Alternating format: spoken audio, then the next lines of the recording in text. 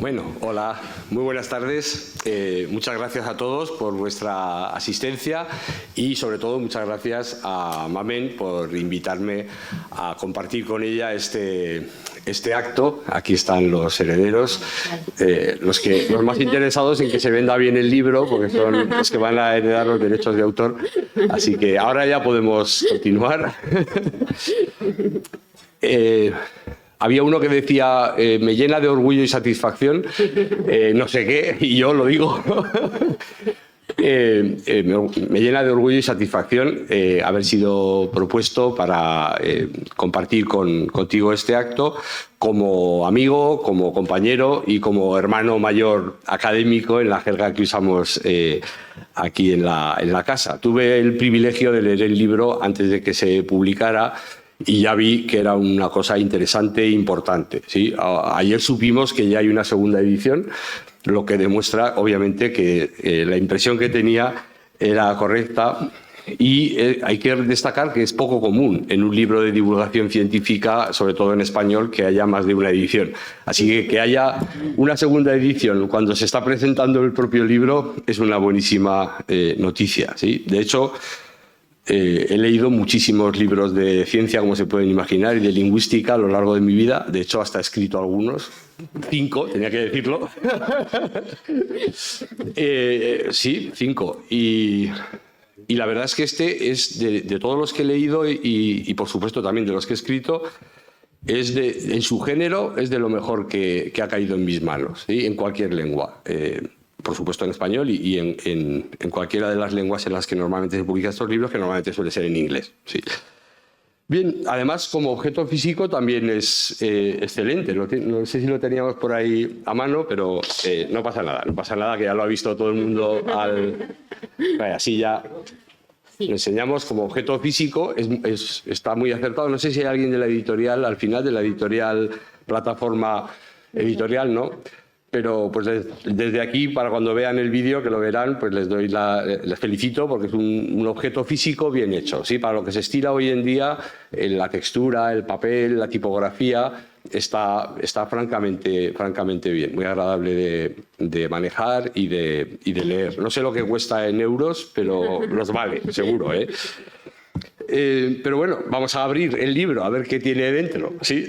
Yo la primera impresión que tuve cuando lo leí, un cerebro lleno de palabras, es que en realidad, si lo pensamos, para la mayoría de los filósofos del lenguaje, y por ahí algún filósofo he visto que entraba, y para no pocos lingüistas actuales también, sería una especie de herejía, ¿sí? Para esta gente las palabras son objetos públicos, ¿sí? Son externos y desde luego no están en los cerebros, ¿sí? Son, como decía, algo colectivo, común, de dominio público y externos al cerebro. Y precisamente lo que hace Mamen desde diversos puntos de vista es demostrarnos que eso, no digo que no sea del todo falso, pero que es desde luego clamorosamente insuficiente, ¿sí? Las palabras, como dice el libro muy bien, el título, están dentro del cerebro, ¿sí? Es ahí donde existen primariamente y no son copias de cosas externas que haya por ahí por el mundo, ¿sí? Si tuviera que definir el libro, diría que es pura ciencia destilada, ¿sí? Es decir, hay mucha ciencia, pero está muy bien contada, que es prácticamente indoloro, ¿sí? O sea, te administra con anestesia conocimientos, descubrimientos, información muy profunda, pero no te das cuenta, ¿sí? En ese sentido, cumple perfectamente el objetivo de este género, de la divulgación científica, que no es en absoluto fácil, ¿sí? Hubo una reseñita en ¿cómo se llama? En X, a lo que era Twitter antes, de una tal, lo tengo anotado porque no la conozco, Inés Escario, ¿sí? ¿Tú la conoces? Sí. Que me dio la clave para explicar bien en qué consiste este libro y sobre todo por qué digo que es un logro notable en un género realmente difícil, ¿sí? Que es la divulgación científica. Bueno, ya no lo dice tan técnicamente, ella habla de un libro de letras con estructura de ciencias, ¿sí? Pero bueno, se aproxima un poco a la idea. Sí, también habla de mezcla de teoría y práctica, ¿sí? Y también es una buena caracterización de lo que es el libro, ¿no? Pero en lo esencial señala, y esa es la idea que le voy a copiar a ella, que la suscribo y la voy a ampliar un poco, señala que lo característico, lo que caracteriza esta obra es que junta a 3 hornos, ¿sí? Hay 3 Mamen horno en el libro, y la combinación de las 3 es lo que explica por qué es un libro tan redondo, ¿sí? tan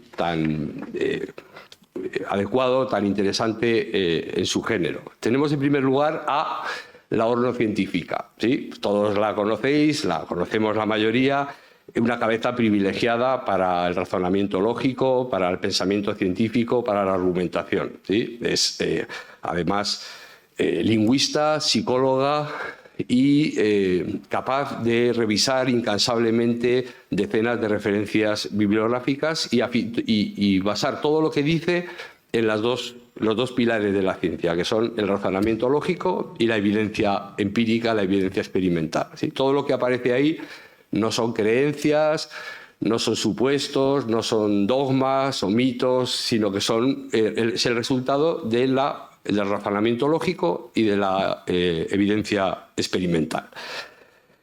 B, la horno divulgadora, ¿sí? En realidad, la condición de A es suficiente, pero no necesaria para ser un buen divulgador, ¿sí? Ningún mal científico puede ser un buen divulgador, pero no todo buen científico es necesariamente un buen divulgador, ¿sí? Hace falta mezclar los 2 talentos, ¿sí? Y la Mamen B, la horno B, tiene ese talento, ¿sí? Se suele decir que solo alguien que conoce con profundidad una disciplina es capaz de hacerla fácil, digerible, entendible, ¿no? Y ese es un talento que Mamen tiene, ¿sí? ¿En qué se basa? Sobre todo, bueno, en ser una trabajadora infatigable y en tener pasión por la enseñanza, ¿sí? Por explicar a los demás lo que ella ha descubierto. Y lo ha demostrado durante varios años ya, sobre todo en las columnas mensuales de Letras Libres. Los que no las hayan leído, pues se les recomiendo. Y ahora está con otra empresa también muy estresante, muy agobiante, que es una intervención semanal en el programa de La Cadiera de Aragón Radio, ¿sí? Todos los martes por la mañana la podéis disfrutar, unas píldoras de 10 minutos o así de pura divulgación científica, ¿sí? Y por último, tenemos a la Mamen solidaria, ¿sí? Una persona comprometida, empática, con voluntad de ayudar a los demás y con vocación de servicio público, ¿sí? Siempre ha sido una funcionaria ejemplar y siempre ha tenido muy claro que nos pagan para que leamos lo que nos gusta, para que aprendamos y para que lo compartamos, para que lo expliquemos a los demás, ¿sí? Esa Mamen solidaria, esa Mamen comprometida, es la que le da al libro un cierto tono de libro de autoayuda, ¿sí? En el buen sentido de la palabra. Tiene un puntito de libro de autoayuda y tiene unos recuadros, lo que yo llamo recuadros solidarios, ¿sí? Que están por ahí esparcidos por el texto, donde hay consejos para la vida cotidiana, reglas para sentirse mejor con uno mismo y ese tipo de cosas que a ella tanto le preocupan, ¿sí? Y es por fin de esa conjunción de las 3 hornos de donde sale un cerebro lleno de palabras, ¿sí? Y ahora vamos a pasar a lo que todos habéis venido, que es a escucharla a ella y no a mí. Entonces te voy a dar la palabra para que nos cuentes por qué hiciste este libro, qué querías contar en él y, si te parece, conforme vayamos avanzando, si veo que te dejas alguna cosa que a mí me parezca que nuestros pacientes, escuchantes, oyentes deben saber, pues te haré alguna pregunta, te interrumpiré si te parece. Bueno, pues muchas gracias.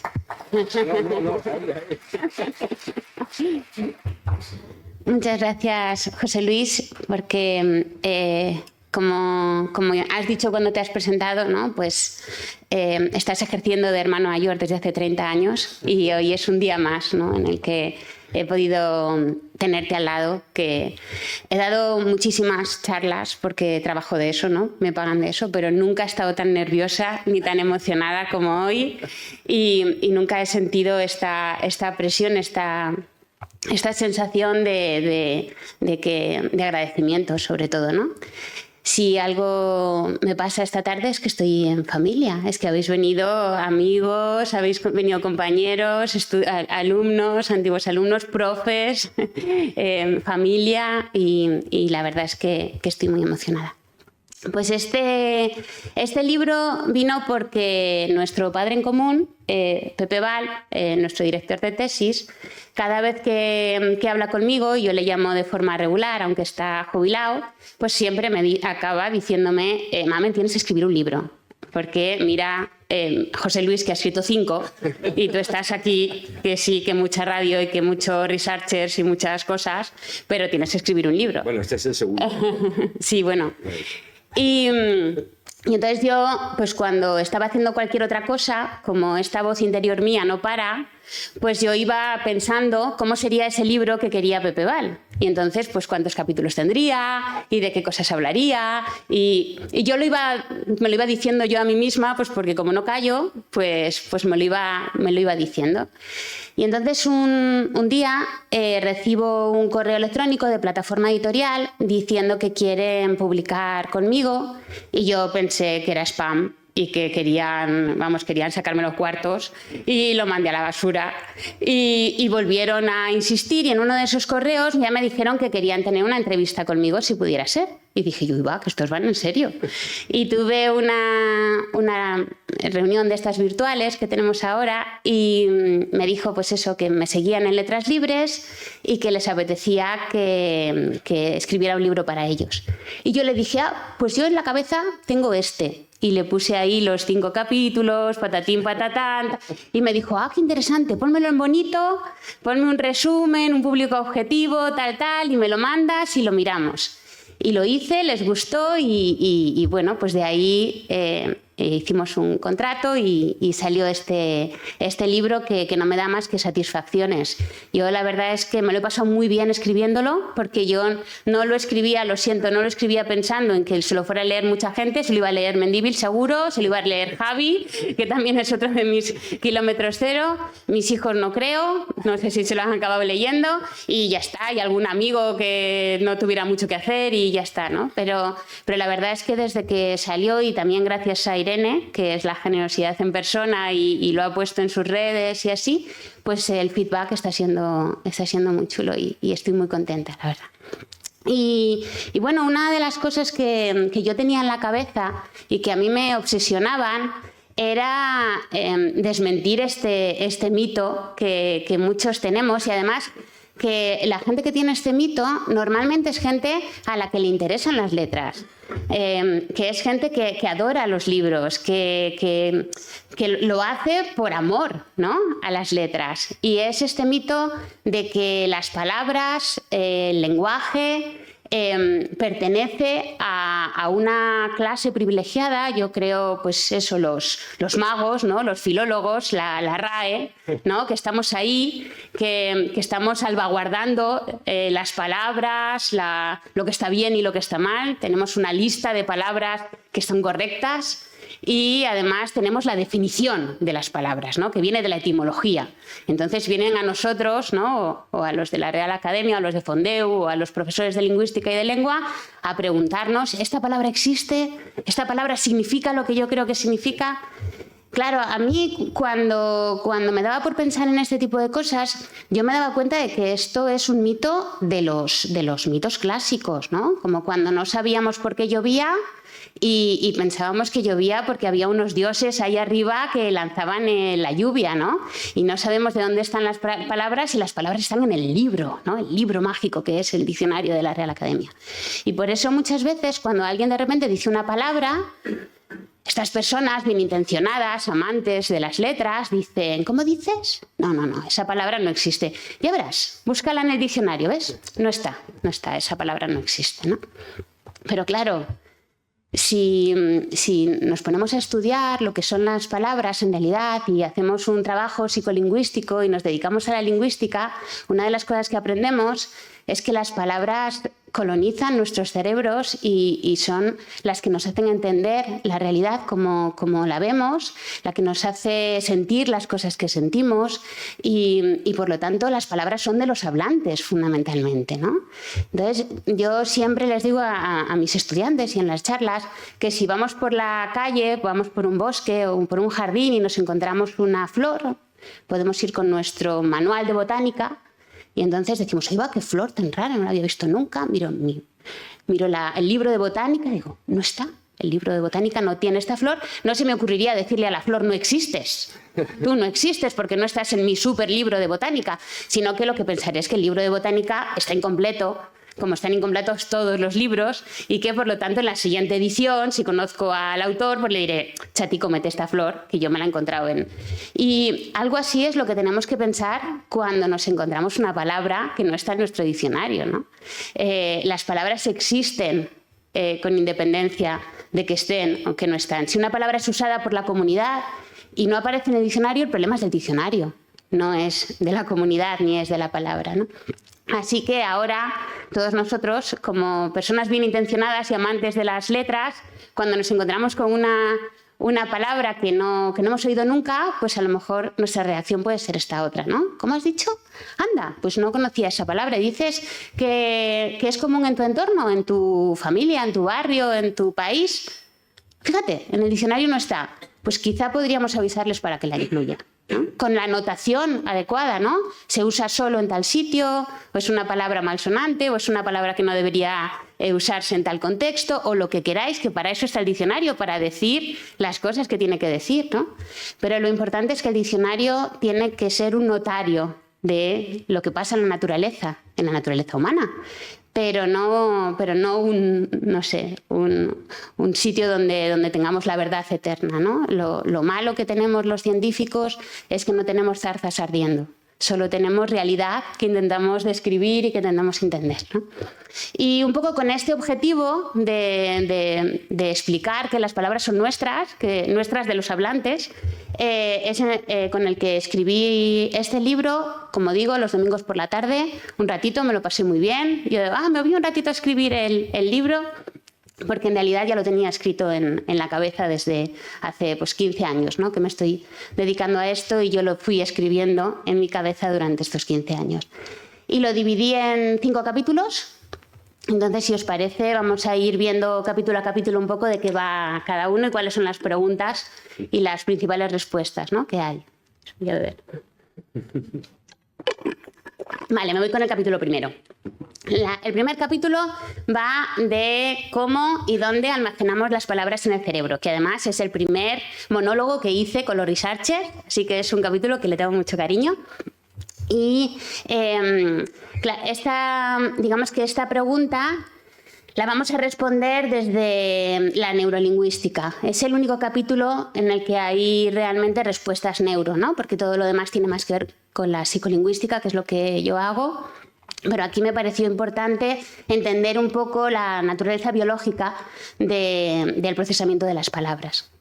De cómo almacenamos las palabras, la respuesta está, claro, en cómo funcionan las neuronas, que son las células de nuestro cerebro, ¿no? Y las neuronas funcionan siempre organizándose en redes, haciendo sinapsis neuronales. Para hacer cualquier cosa, para mover mi dedo, necesito que unas cuantas neuronas se pongan en funcionamiento, vayan haciendo redes y a través de esos vínculos, de esas redes, es como yo puedo entender el mundo, como yo puedo ver, entender y actuar, ¿no? Y también las palabras pues, se procesan de esa forma. Las palabras tienen que ver con la memoria, claro, porque tenemos que acordarnos de lo que significan. Así que tenemos que entender un poquito cómo funciona la memoria biológica. Nuestra memoria biológica no es una caja de caudales, donde nosotros guardamos cosas y luego llegamos y abrimos la caja de caudales. Mira, aquí tengo todo lo que he ido guardando. Sino que nosotros en realidad cuando recordamos, lo que hacemos es volver a procesar, ¿no? Es como recrear las cosas, ¿no? Entonces, cuando estoy recordando lo que hice el último verano, pues lo que hago es recrear en mi cerebro lo que hice el último verano. Y si lo que hice el último verano os acordáis de la famosa película de Pixar, ¿no? Si lo que hice el último verano fue muy divertido, pero yo ahora estoy triste, pues la próxima vez que recuerde lo que hice el último verano, pues será con un deje de tristeza de la última vez que lo recordé. Es decir, lo estamos recreando, lo estamos reorganizando.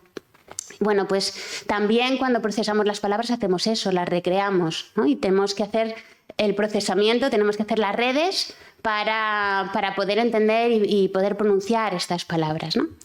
Y la otra pregunta de dónde almacenamos las palabras en el cerebro, pues uno buscaba un sitio, ¿no? A ver, en el cerebro tan grande que es y con tantas neuronas, ¿dónde están concretamente las palabras, ¿no? Pues en el hipocampo a lo mejor, ¿no? Que es donde está la memoria o tal. Y lo que han encontrado los neurolingüistas, sin embargo, es que las palabras están por todo el cerebro. Porque lo que hacemos con el lenguaje en general es reciclar. Igual que el aparato fonador es un recicle, ¿no? Y lo mismo que nos sirve para tragar o para respirar o para... pues también lo reutilizamos luego como aparato fonador, pues las mismas neuronas que me sirven para correr me sirven para procesar las palabras de movimiento, por ejemplo, ¿no? Entonces, de este modo, como es un recicle, las palabras van a estar por todo el cerebro organizadas en función de lo que significan las palabras. Dependiendo del significado, van a utilizar unas neuronas u otras.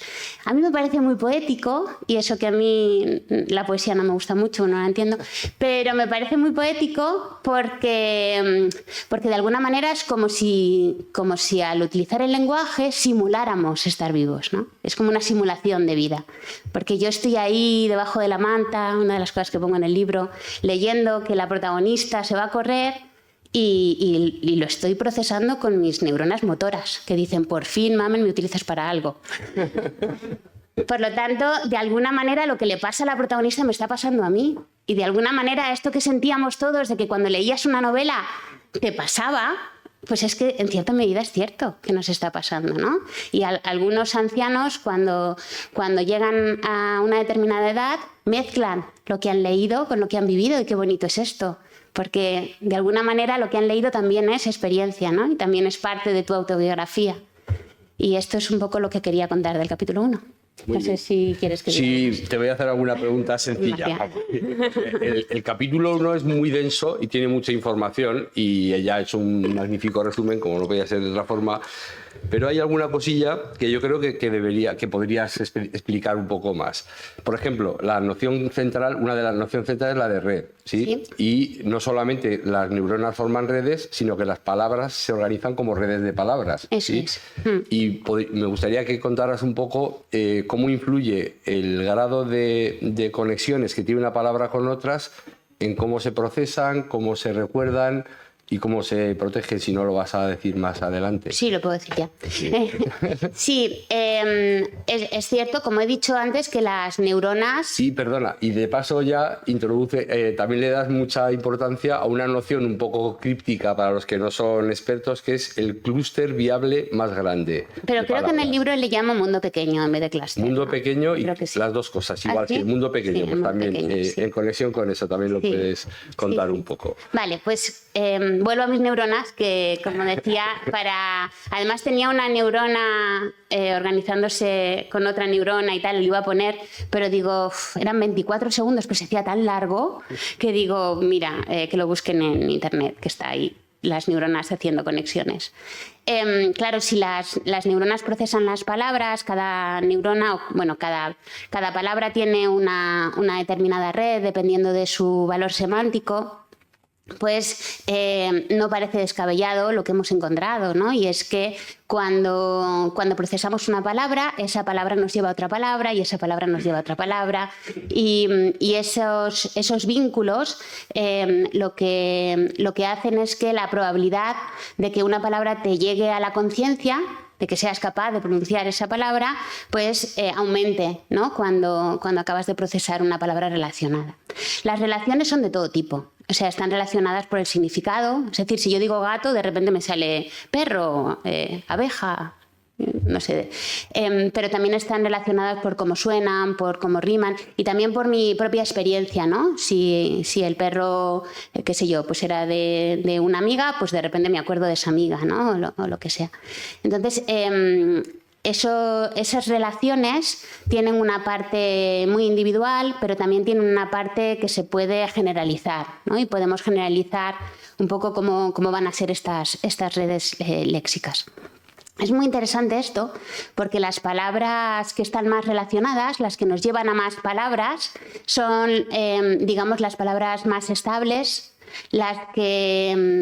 normalmente las que aprendemos antes, ¿no? Porque cuando aprendemos una nueva palabra pasa a formar parte de esa red. Entonces las primeras palabras, y ese es voy al clúster del que hablábamos antes, las primeras palabras acogen a todas las demás y van creando más redes y redes, ¿no? En esta organización, como normalmente una persona tiene bastantes palabras en el cerebro, en esta organización se van formando lo que nosotros llamamos mundos pequeños, ¿no? O clústeres. Y es organizaciones en las que todas las palabras están vinculadas a todas las demás de una manera o de otra. Entonces, al vincularse todas con todas, digamos que hacen piña y crean como una base muy sólida, hasta el punto de que si nos afecta, por ejemplo, la demencia, estas palabras que están formando un mundo pequeño son las últimas en perderse.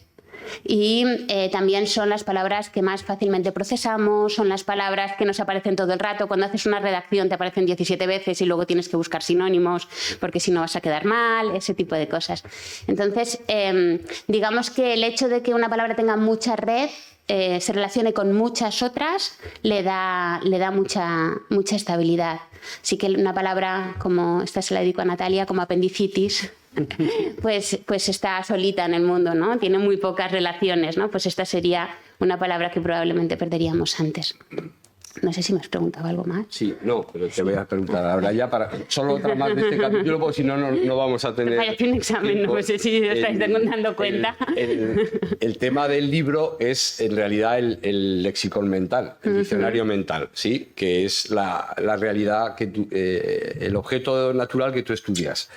Y hay un momento cuando hablas en el primer capítulo de cómo se organiza el lexicon mental, consideras el bilingüismo, que es un campo de estudio apasionante, una especie de campo de experimentación también, mezclar como dos cerebros en uno, ¿sí? Dos lenguas en uno y ver qué pasa. Y defiendes la propuesta, que es controvertida, o lo fue, hoy en día creo que menos, de si las personas bilingües, las personas que hablan con mucha competencia más de una lengua, tienen un diccionario mental o dos, ¿sí? Y tú dices que es uno. Sí, bueno, yo no, lo dice la comunidad. ¿Cómo lo sabemos y qué importancia tiene eso? Vale, estoy intentando no hablar mucho de nuestros trabajos de laboratorio, ¿no? Porque estoy hablando un poco por encima de los resultados, pero nosotros en el laboratorio, para saber qué palabras se vinculan a otras, hacemos una serie de pruebas, todas indoloras, a veces necesitamos gente, así que podéis pasaros por el laboratorio de Silex. Y hacemos una serie de pruebas de laboratorio para ver si ves esta palabra, si te cuesta más procesar la siguiente o te cuesta menos. Y a partir de todas estas pruebas y de medir los milisegundos o a lo mejor qué palabra miras, y tenemos un aparatito de estos de fijación de mirada, cuando acabas de procesar esta palabra, cuál otra miras, etc. Con distintas técnicas podemos establecer qué palabras se vinculan a cuáles, ¿no? Y con qué fuerza. ¿Cuál es la fuerza del vínculo de estas palabras? Bueno, pues lo que nos hemos encontrado al tener informantes bilingües en nuestro laboratorio, que es lo normal, porque la mayoría de la gente es bilingüe, pues es que este influjo de unas palabras sobre otras no se hace de manera diferencial lengua a lengua, sino que al cerebro le da igual que la palabra sea de una lengua o de otra. Por lo tanto, la conclusión, digamos, del laboratorio es que están todas juntas. ¿no? Y claro, esto tiene mucha lógica si hemos dicho que nuestro cerebro está con las palabras invadiendo todo el cerebro, ¿no? Si a lo mejor si hubiéramos tenido el diccionario en un sitio, pues podríamos tener otro diccionario en otro lado, ¿no? Pero si decimos que las palabras se distribuyen por todo el cerebro, pues le va a dar igual la lengua que sea, porque lo importante va a ser el significado. A veces puede parecer raro, ¿no? Porque al final, cuando estoy hablando en inglés, hablo en inglés, cuando estoy hablando en español, estoy hablando en español, pero es un problema de inhibición, ¿vale? Porque de alguna manera el hablante sabe que tiene que elegir unas palabras u otras. Pero también sabe, por ejemplo, que hay determinadas palabras que utiliza con sus amigos, pero no utiliza en otros entornos. Quiero decir que estos procesos de inhibición no se hacen solo porque estoy hablando español y no inglés. También es porque estoy hablando en una conferencia y no en el bar, ¿no? Entonces, estos procesos de inhibición van con el uso del lenguaje, van con ello. Y tiene repercusiones, claro. O sea, los profesores de lengua ya habrán leído, porque es uno de los recuadros, que sobre todo en los primeros niveles tienen que apoyarse en la lengua materna. Porque al final van a ser los anfitriones, ¿no? Las palabras de la lengua materna van a ser las anfitriones frente a lo que nos habían dicho toda la vida de en clase de inglés no se puede hablar español.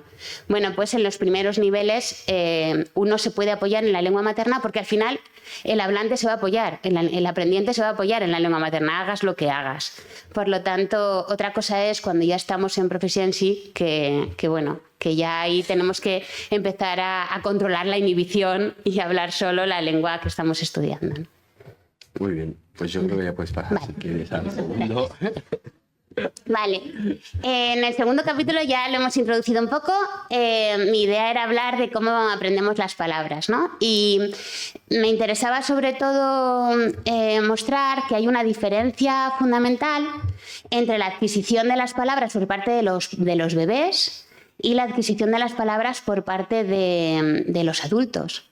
Porque, claro, nuestros pobres bebés no solo no saben qué palabras hay, y además las palabras las tienen que sacar del enunciado, que no tiene pausas, porque no hacemos una pausa detrás de cada palabra, aunque a veces las mamás y los papás tenemos mucho cuidado y hablamos un poco más despacio. Pero bueno, sigue siendo bastante difícil, ¿no? el seccionar, pero es que además los pobres bebés no saben cuáles son los conceptos que necesitan tener palabras, ¿no? Por lo tanto, están aprendiendo a la vez el mundo que les rodea y las palabras que nombran a ese mundo. De alguna manera, a mí me gusta decir que la lengua materna o las lenguas maternas son los cicerones, ¿no? Los que nos están mostrando cómo es la realidad de ahí fuera.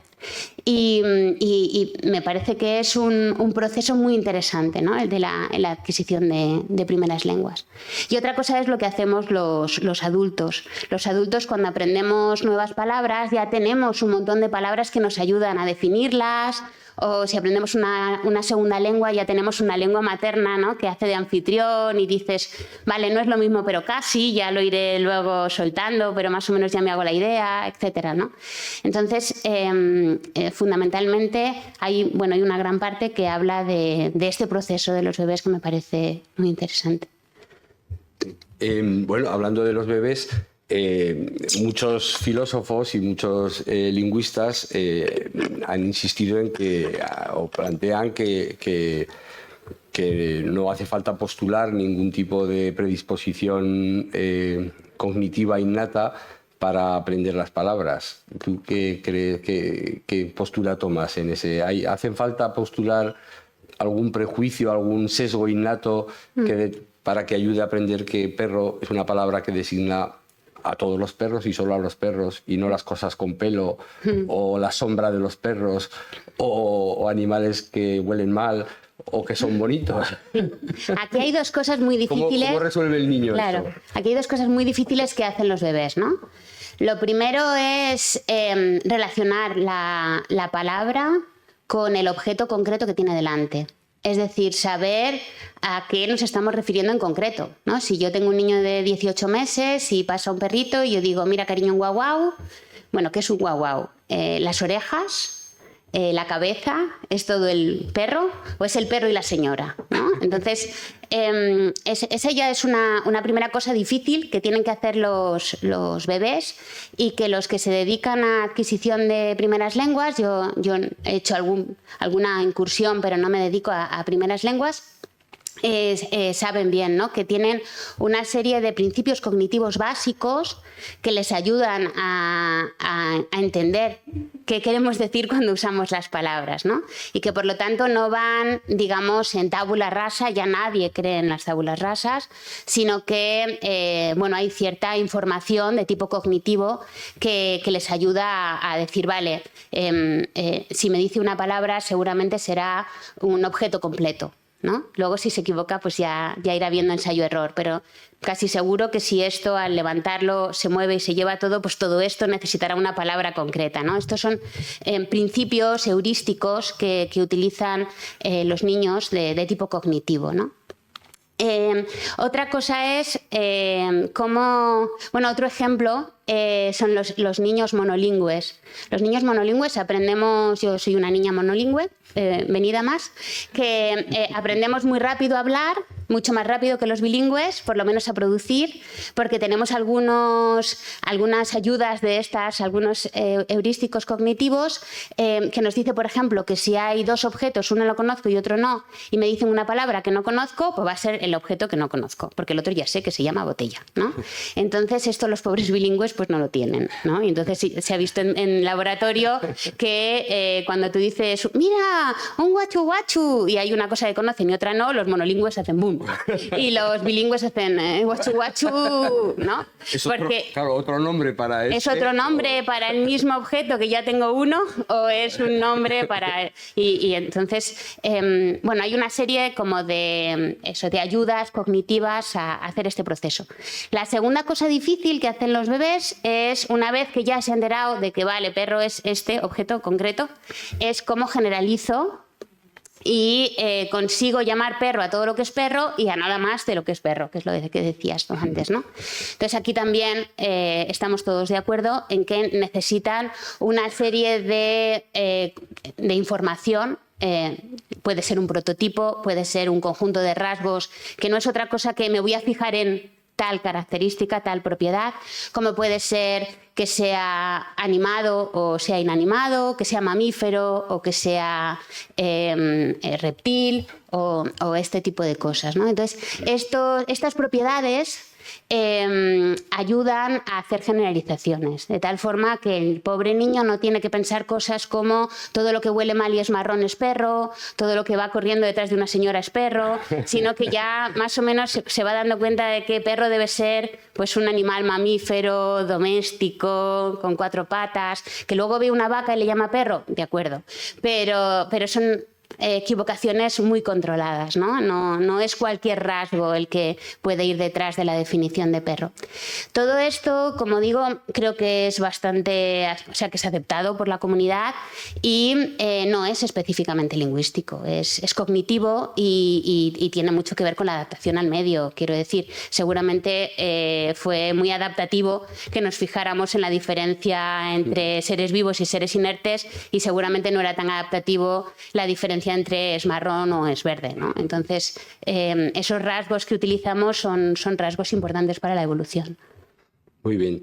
Y también una muy rápida también sobre adquisición. Bueno, tenía una pregunta auténtica, es decir, cuya respuesta yo no sé, de verdad, pero igual lo dejamos por si luego sobra tiempo. Vale, otra que creo que mucha gente también del público puede preguntárselo. Nos han criado diciéndonos que hay un periodo crítico para la adquisición del lenguaje y hay pruebas sólidas de que lo hay, sobre todo en la fonología y en la sintaxis, en la morfosintaxis, si quieres, en la fonología.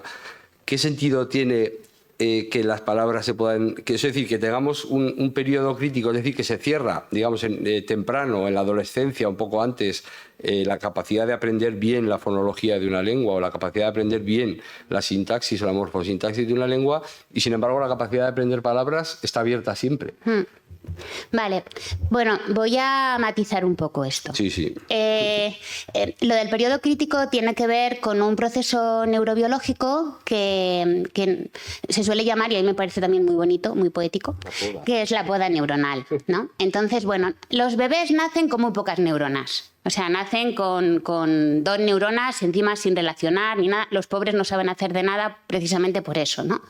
Y durante toda la infancia se produce una neurogénesis explosiva, con lo cual cada vez tenemos más neuronas, más neuronas, más neuronas, y llegamos a la pubertad a tope de neuronas.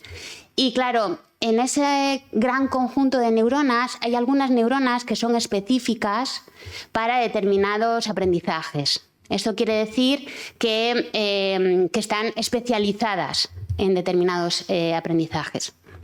Cuando llegamos a la pubertad es como si viniera el jardinero y todas aquellas neuronas que no tienen una red sólida caen. Por las hormonas, por un producto hormonal y biológico, caen las neuronas que no están sólidamente relacionadas en redes. Esto lo que quiere decir es que si, por ejemplo, tenemos un niño ciego congénito y llega a la pubertad y no ha visto nunca un rayo de luz, pues las neuronas que son especializadas para entender la luz, no para verla, sino para entender ese estímulo y darle un significado, esas neuronas caen. Y pasa lo mismo con las neuronas de la morfología y con las neuronas de la fonología.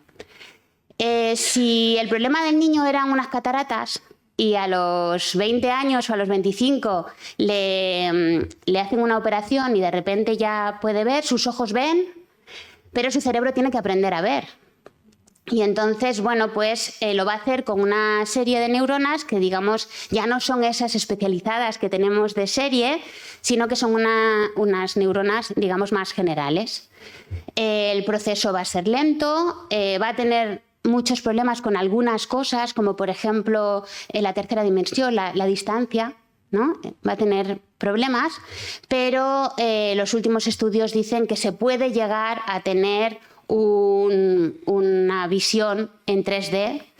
Si hay alguien que conoce un ciego congénito que tenía cataratas y que a los 20 años le han operado, que tenga confianza, porque parece que con mucho esfuerzo acabas dominando también la tercera dimensión.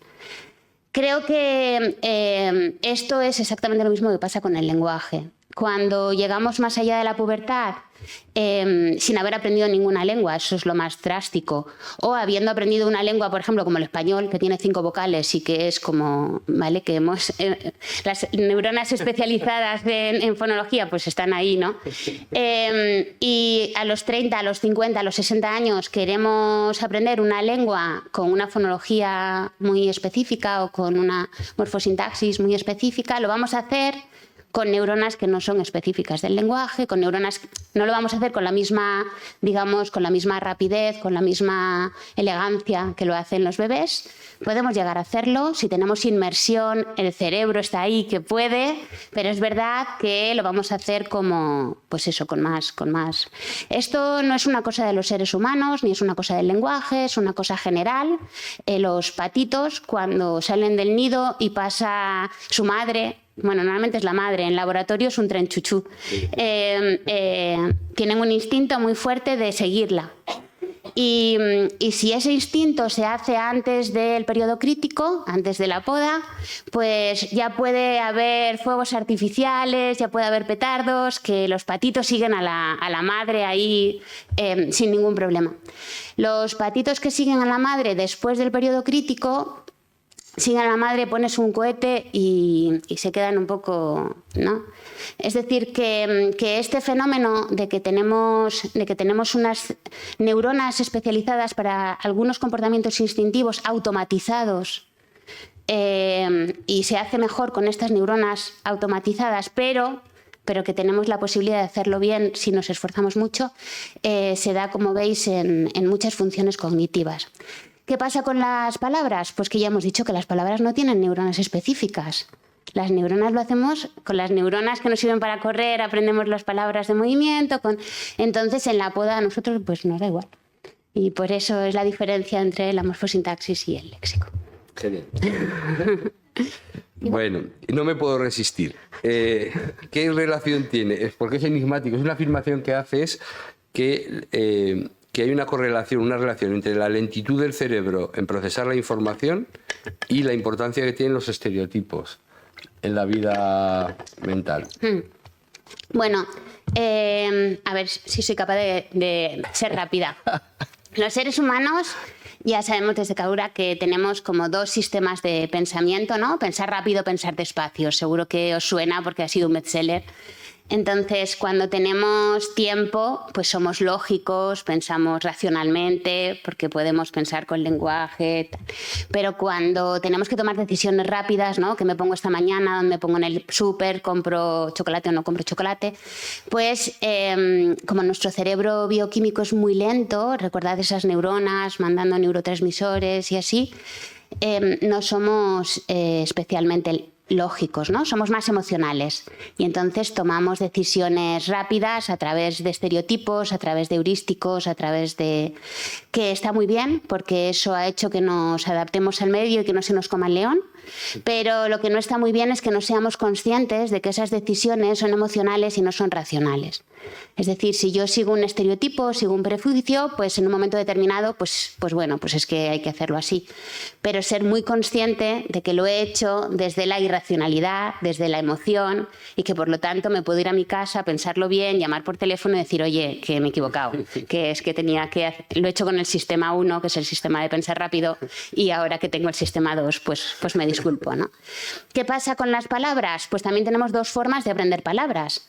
Tenemos la forma rápida, que es la que utilizamos sobre todo de bebés, ¿no? Pero también en uso normal, que tiene que ver con estos prototipos, con hacernos una idea más o menos, ¿no? De las cosas, y la forma lenta, que tiene que ver con una definición, cuando yo estudio las palabras, el léxico, ¿no? En casa, y yo me estudio las cosas que significan, voy al diccionario, no, pero esto concretamente no significa esto, porque significa esto otro, tal, y entonces es una definición de las palabras mucho más lenta.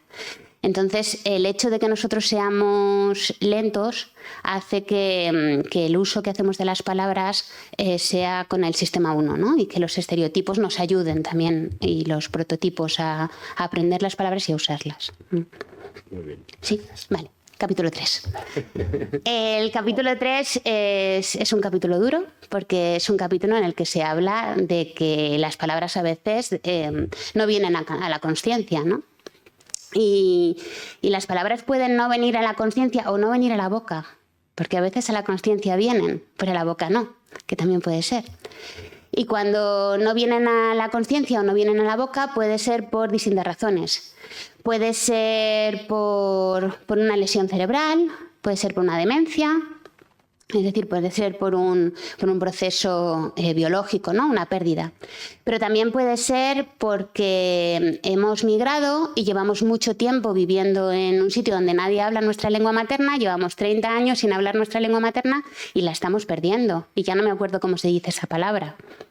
O también puede ser, como decía antes, que a mí la palabra la tengo en mi consciencia y me acuerdo perfectamente, pero cuando voy a decirla no me sale, porque emocionalmente tengo un bloqueo, como les pasa, por ejemplo, a los autistas preverbales, que aprovecho para decir que los autistas preverbales, los autistas que no hablan, entienden perfectamente.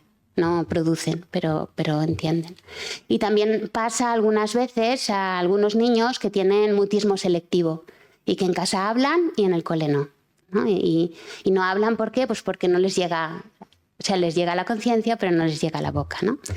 Este capítulo, que a mí me parecía que era muy importante ponerlo, pues habla de los problemas que tienen las personas cuando les faltan las palabras, problemas, claro, de comunicación, pero problemas también de pensamiento, ¿no? Cuando no tienes la palabra en concreto, es como que el concepto se te va, o sea, como que quieres ponerle nombre pero no sabes muy bien cómo, y por eso lo primero que nos dicen los psicólogos cuando vamos a terapia es: vamos vamos a definir qué es lo que te pasa, qué emoción estás sintiendo, y te ponen la rueda de las emociones y tienes que ir viendo a ver exactamente cuál es la emoción que estás sintiendo, etc.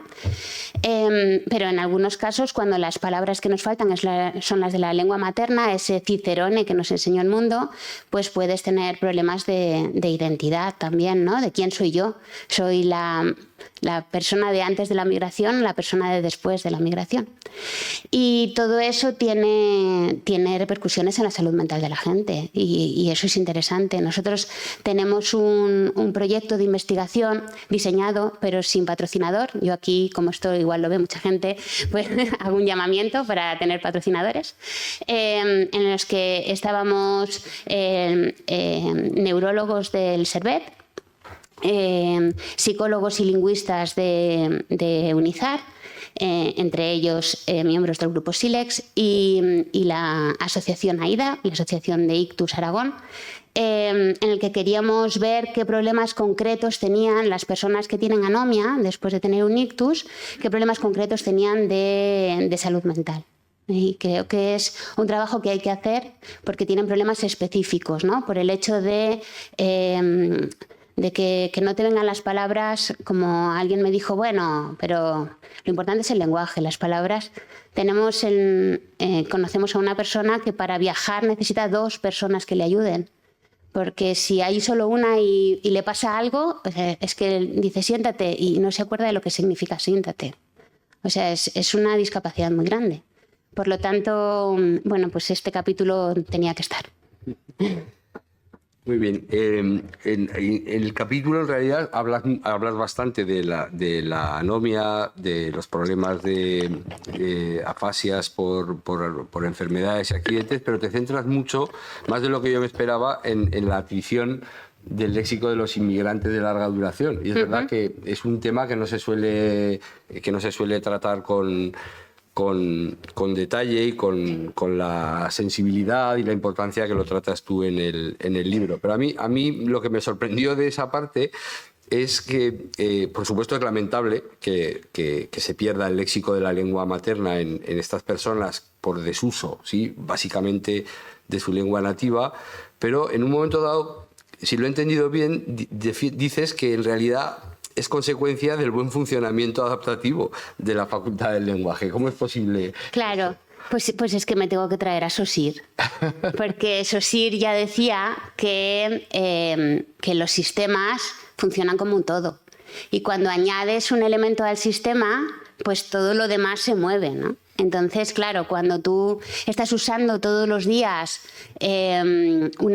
palabras de otra lengua, las palabras de tu lengua materna ya no solo es que no las uses, sino que las palabras de tu lengua materna se tienen que reorganizar, porque están formando este sistema único, ¿no?, dentro de nuestro léxico mental.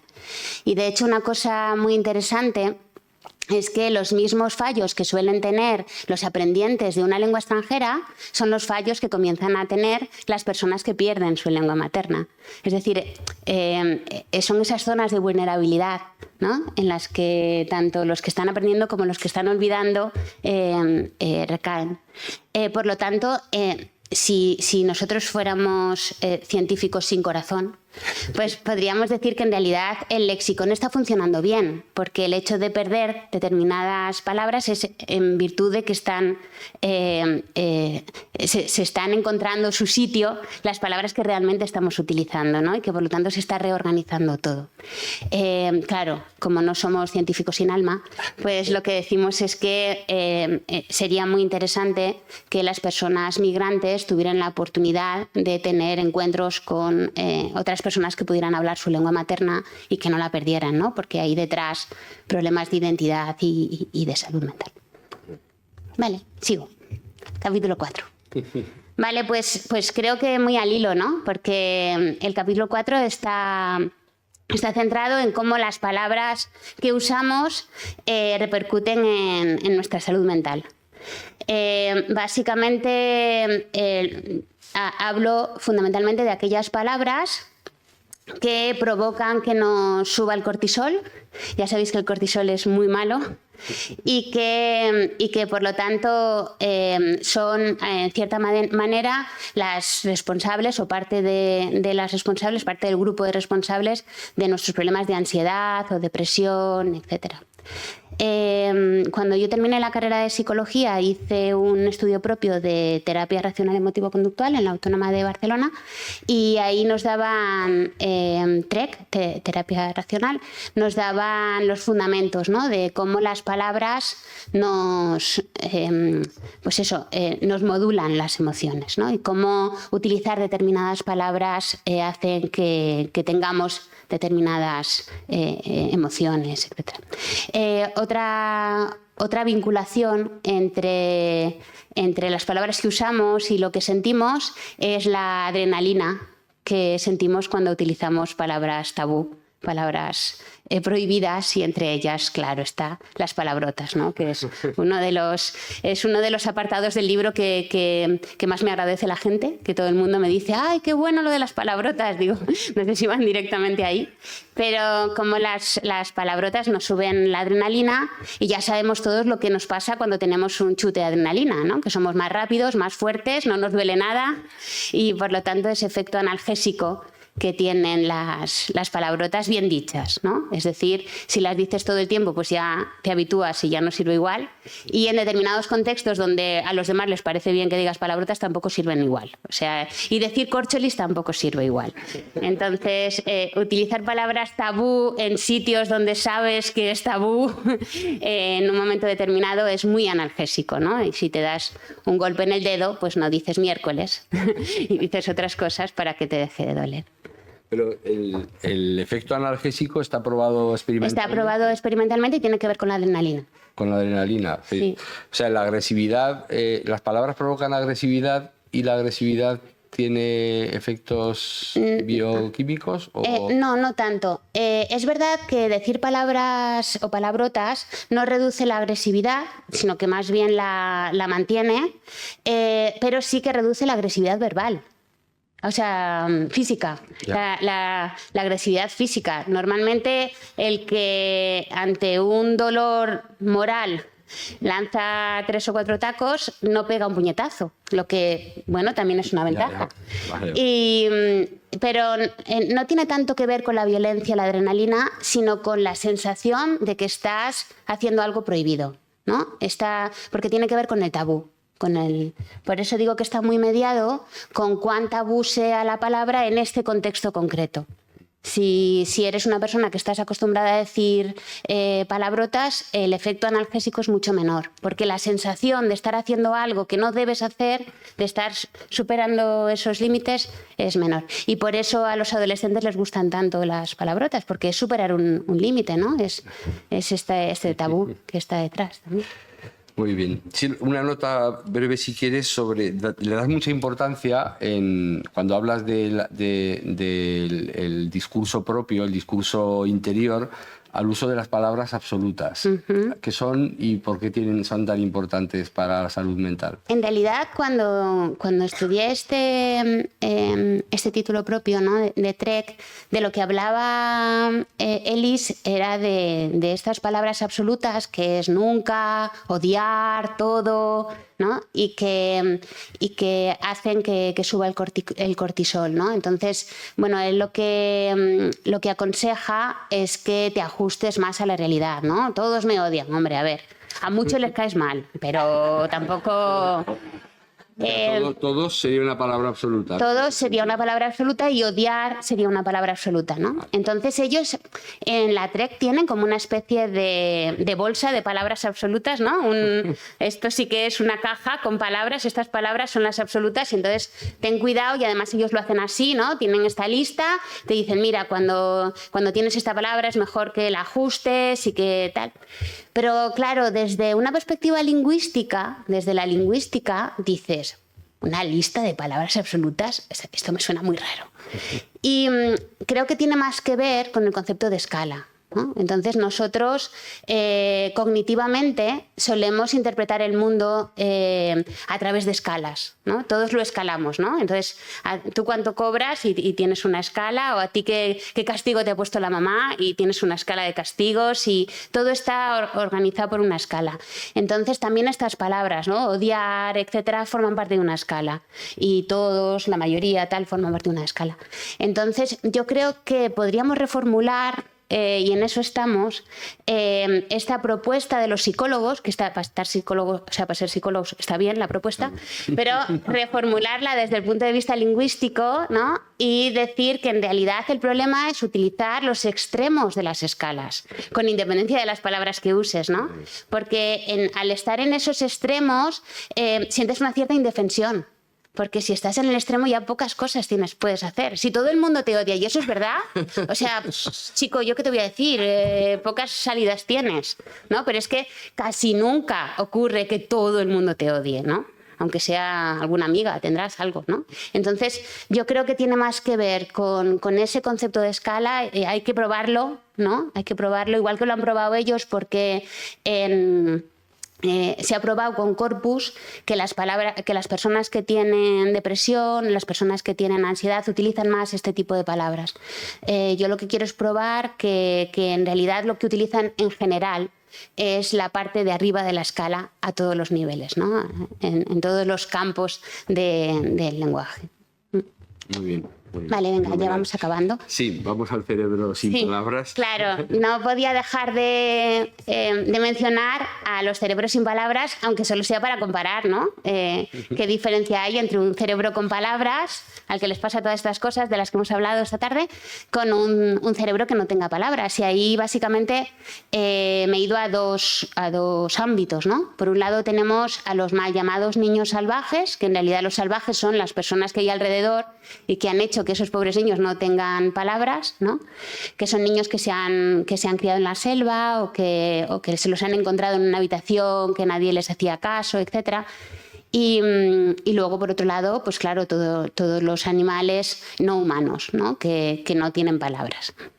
Y entonces, un poco las preguntas que yo tenía es si puede haber inteligencia, si puede haber ética, si puede haber toda esta serie de funciones cognitivas superiores, si queréis, ¿no? que creemos que tenemos los seres humanos sin necesidad de tener palabras. Y la respuesta corta es que sí. Ya he hecho spoiler, ya no hace falta que os leáis el libro. Obviamente la inteligencia, la ética, las relaciones cooperativas, todo eso está en nuestros en los animales que están más cercanos a nosotros, ¿no? Y no hace falta tener palabras en el cerebro ni para ser inteligente, ni para aprender, ni para tener una imagen mental de las cosas, ni para saber cómo salir de un laberinto, que lo hacen los ratones mejor que yo, bastante mejor que yo, ni para muchas de estas cosas, ¿no? Pero sí que hay diferencias entre un cerebro con palabras y un cerebro sin palabras, ¿no? Y entonces un poquito hablamos de esto, de cómo le cambia la vida a un chaval de 20 años sordo, que no le habían enseñado lengua de signos y que estaba en la sociedad, pues viviendo en sociedad, pero no sabía lo que le pasaba, pero sabía que algo era distinto a los demás, ¿no? Entonces, este es un libro maravilloso que yo resumo, que os cuento algo de él en este capítulo. Una chica que daba clase de lengua de signos le empieza a enseñar lengua de signos, y el primer problema es que el chico no sabía qué es lo que le quería decir. Él le decía, esto es ratón, y entonces él cogía el ratón y se lo daba, porque no sabía a qué se refería. Y él dice, en el momento en que me di cuenta de que no quería nada de mí, sino que es que eso se llamaba así, me cambió, ¿no? O sea, cruzó el puente, ¿no? Y a partir de ahí piensas de otra manera, ¿no? Antes os he dicho que pensamos en dos sistemas, pensar despacio, pensar deprisa. Pensar deprisa se puede pensar sin palabras, pensar despacio sin lenguaje, yo creo que no es posible. Muy bien. Este es el capítulo en el que más cosas podría objetar, Pues, sí, pero bueno, nos vamos a tener que ir a no vamos a tomar tener tiempo. Solo te voy a hacer una pregunta. Vale. Voy a usar a Dios, o sea, a Bertrand Por Russell. Bertrand Russell, el gran filósofo matemático, decía que, por muy elocuentemente que ladre un perro, nunca podrá decirnos que sus padres eran pobres pero honrados. ¿Sí? ¿Cómo explica tu concepción de las palabras esa diferencia cualitativa en ese tipo de ideas y de pensamientos? Claro, yo antes os he dicho... Estoy de acuerdo contigo. Sí. Os he dicho eso, ¿no? Que por supuesto que hay inteligencia y hay todo lo que tenemos los seres humanos se puede encontrar, ¿no? en otras especies sin palabras. Pero está claro que hay diferencias, ¿no? Hay determinados conceptos, de eso hablo también en el capítulo, que no se pueden tener sin palabras. ¿Cómo vas a pensar en jueves? El libro Un hombre sin palabras, del que os he hablado antes, es maravilloso porque habla de este tipo de cosas, ¿no? De repente tenía sentido la Navidad o tenía sentido un cumpleaños, porque sin palabras, ¿cómo le explicas a alguien el paso del tiempo, por ejemplo, ¿no?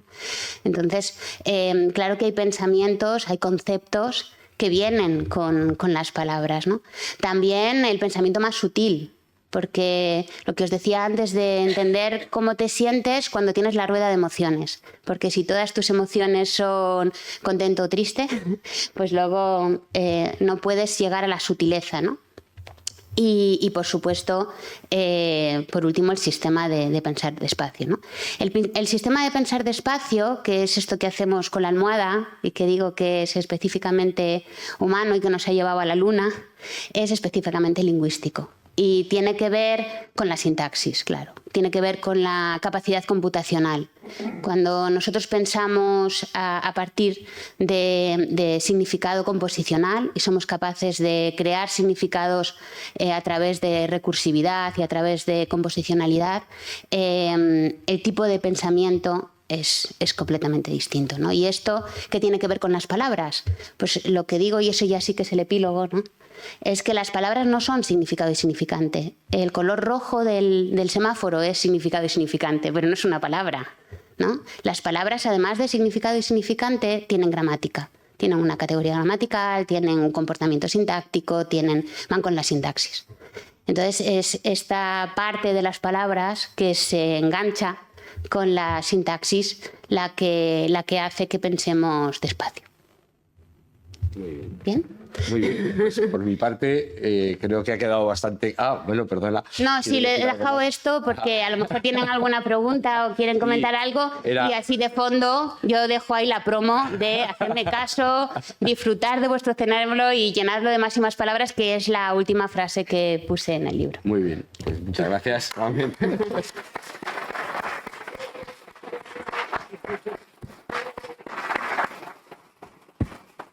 Y ahora sí que vamos a dedicar unos minutos, ¿sí?, a cualquier persona que quiera decir algo, ¿sí?, que quiera hacer alguna pregunta o hacer algún comentario sobre el libro a la autora, ¿sí?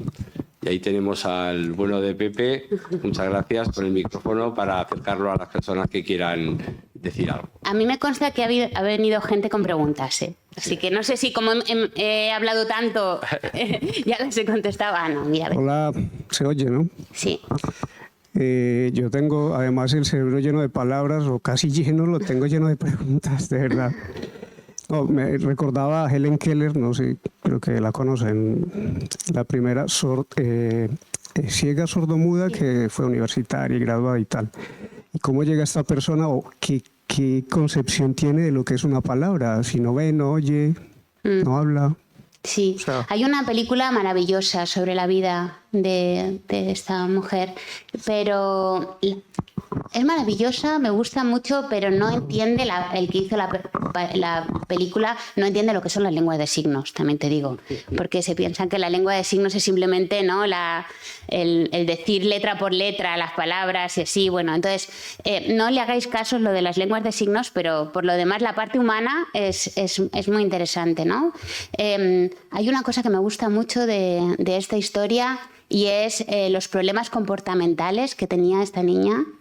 y que lo achacaban a su personalidad, lo achacaban, y era la frustración que sentía por no entender el mundo y por no poder comunicarse con el mundo, ¿no? Entonces, una vez que se pone en manos, y nunca mejor dicho, de una persona que le enseña lengua de signos a través del táctil, a través del tacto, ella, bueno, pues como el protagonista de Un hombre sin palabras, ¿no?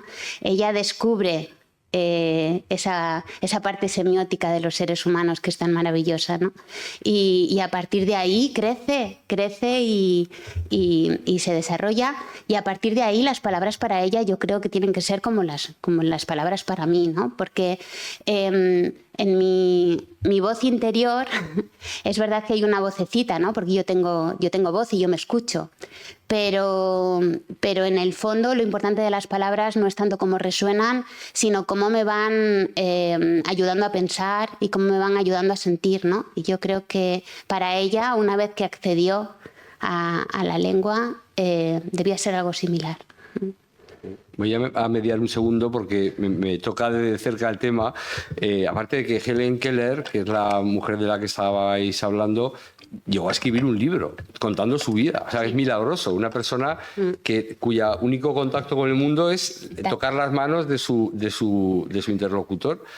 Y en Zaragoza hay un chico que es sordociego también, que es campeón de ciclismo y de natación en el Stadium Venecia, y una alumna mía hizo el TFG contando un poco cómo se había desarrollado el chico, y fue como una iluminación el lenguaje de signos táctil, ¿sí? Adaptado a las manos. O sea, le abrió la puerta del mundo a una persona que vive en el aislamiento absoluto, pero es una persona que sabe quiénes son sus padres, distingue a las personas por el olor, sabe el camino a casa, ha sido capaz de desarrollarse de forma increíble solo a través del tacto. Es increíble el cerebro lo que es capaz de hacer para bregar con el mundo. Sí. ¿Más? Había por aquí. Mira. No, la señora de la tercera fila, que ya ha levantado la mano. Hola. No sé si se oye, sí. Bueno, yo quería agradecer porque me ha encantado, lo habéis explicado fenomenal. Yo era una pregunta muy, muy simple. Has hecho 5 capítulos, son temas o sea, has ido tratando de forma distinta. ¿Recomiendas leerlos en orden o podemos leer un capítulo que nos haya... o sea, se pueden leer alternos, puedes coger un día y dices, cojo el capítulo 4, me parece interesante. Eso contesta el jefe. Sí, yo lo contesto yo porque no soy lector también, y en mi experiencia es mejor leerlo entero seguido. Además es muy breve, sí. Realmente no vas a poder dejarlo. Es que ha habido alguno que digo, uy, tengo que leerme este ya. O sea, necesito empezar por uno. Sí. Todos conectados, vas a entenderlos mucho mejor. Van a entender igual, pero como es tan breve, si fuera un libro de 800 páginas, pero como es tan breve, tan digerible, yo te recomendaría que lo fueras del tirón, porque tiene claro, es lógico. Tiene una ¿Dónde están? ¿Cómo han llegado ahí? ¿Cómo se pierden? ¿Qué pasa cuando no hay? Etcétera. Sí, yo creo que no merece la pena. Bueno. Está muy pensado, muy bien estructurado el libro. Solucionado. Gracias. ¿Estás de acuerdo, no? No lo sé, no tengo ni idea. El caballero aquí, la primera parte. Hola. Sí, por el tema de la pérdida de las palabras, es que está muy relacionado con cumplir años, ¿no? A veces estás en un grupo de jubilados y parece que estamos hablando por signos. ¿Esto son principios de Alzheimer o qué motivo es? No necesariamente. Es verdad que tenemos deterioro cognitivo a partir de una cierta edad, que comienza con los nombres propios, y que eso no es signo de nada, más que pues que tenemos muchas batallas por encima, por delante y por detrás. Y el propio deterioro cognitivo de la edad hace que nos cueste más, pues eso, reconocer determinadas palabras o que te vengan a la conciencia.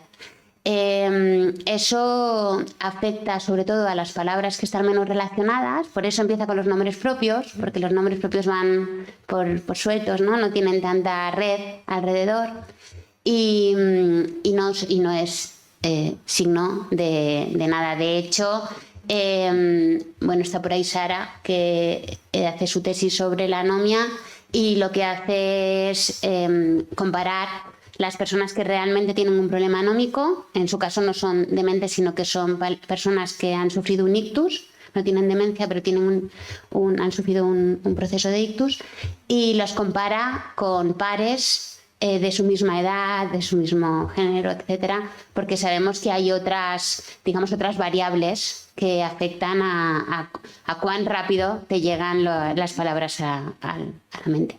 De todas formas, las personas que leen mucho, que escuchan podcasts, que hacen que su lexicón sea más rico, ralentizan el proceso de deterioro cognitivo de las palabras. Así que no habrá problema, Enrique, en tu caso.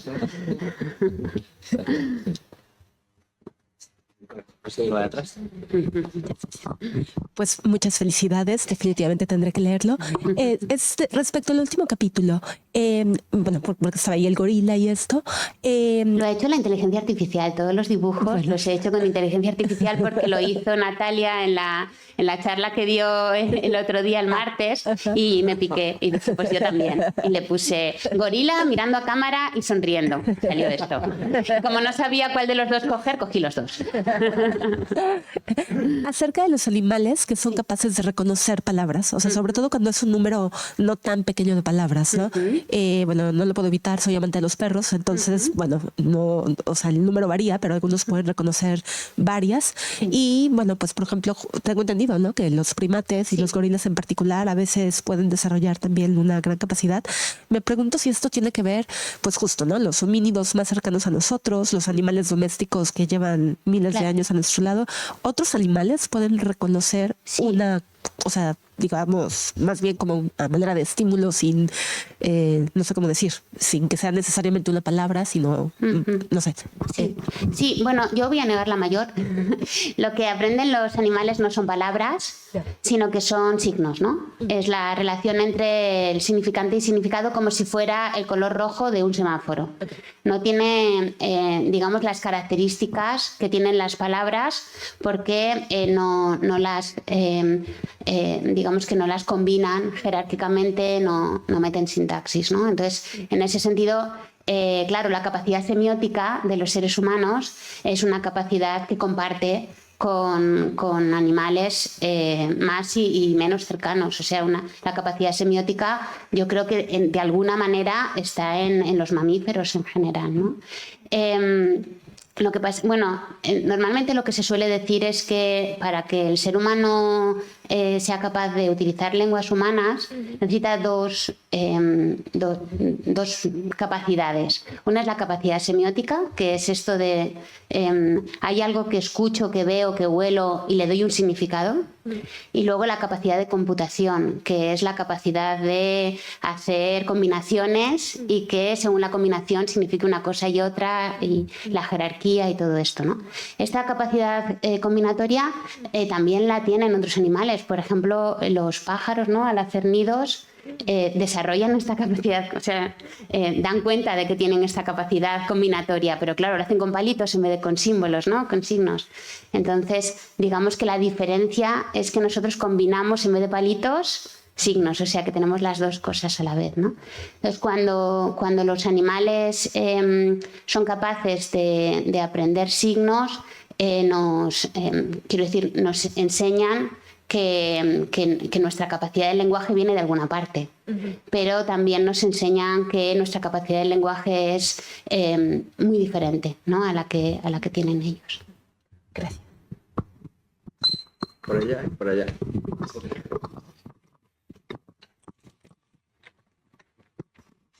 Hola. Cuando hace ya una hora que es que ahora la gente se está acordando más bien de lo último, y yo quiero comentar una cosa de casi al principio, que cuando decías que si una palabra no está en el diccionario y si la utiliza la comunidad, el problema es el diccionario y no de la comunidad, ¿no? Ahí me ha venido un nombre propio que considera exactamente lo contrario, que es Arturo Pérez Reverte. A ti también te ha pasado. No, pero a ver, yo lo he dicho antes, que las personas que tienen interiorizado este mito de que las palabras son de los filólogos y que los demás pues las utilizáis en usufructo, pero cuidado, normalmente son personas que sienten devoción por las letras, que se interesan mucho, y simplemente es que no entienden lo que es el lenguaje desde el punto de vista científico, ¿no? Entonces, bueno, no es una postura normalmente de la gente que odia las letras, ni mucho menos. Y por eso es tan interesante desmitificar esto, ¿no? Porque a lo mejor un libro como el mío sí lo lee ese tipo de personas. No creo que Arturo Pérez Reverte lo lea, pero sí que personas que piensan este tipo de cosas pueden llegar a leer un libro como este, porque les interesa el tema, ¿no? Y me parece que es muy interesante el cambiar el chip. Yo también tuve que cambiar el chip. O sea, yo también pensaba que había un significado de las palabras que estaba en la etimología y que yo iba en filología hispánica lo iba a conocer, ¿no? Y quiero decir que por ahí hemos pasado todos, pero se puede salir.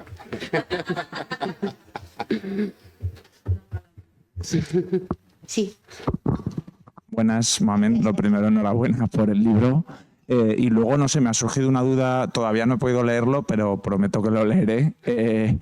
Me ha surgido una duda con respecto a la referencialidad, cómo afecta todo lo que, si por ejemplo es una referencia, si es referencial o no la palabra, si la referencia es constante o variable, a todos los aspectos, a nivel de adquisición, a nivel de olvido, a nivel de generación de redes. O sea, ¿es una variable que afecta a todas estas cosas?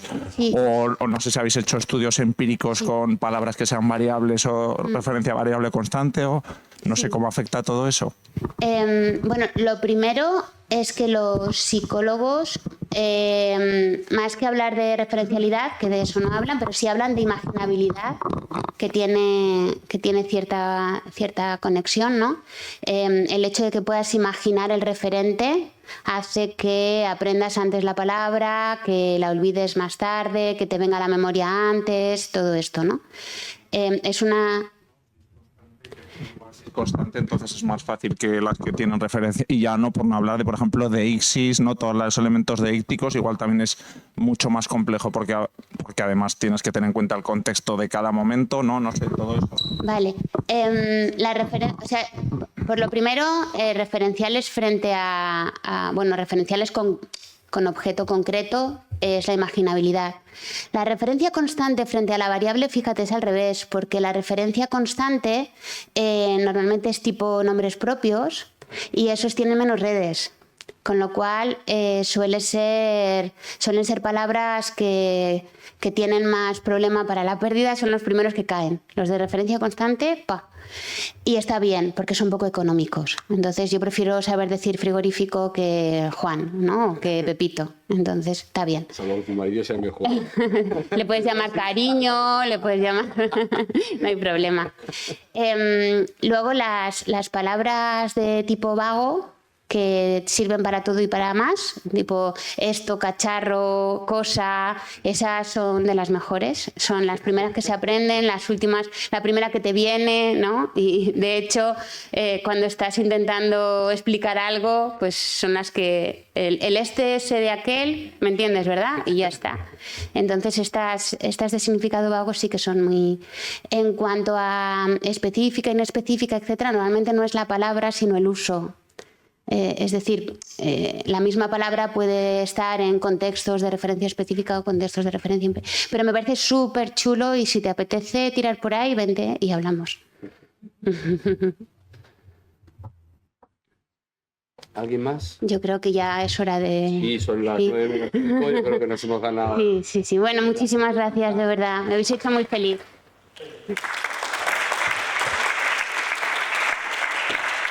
Y ahora la autora firmará libros fuera.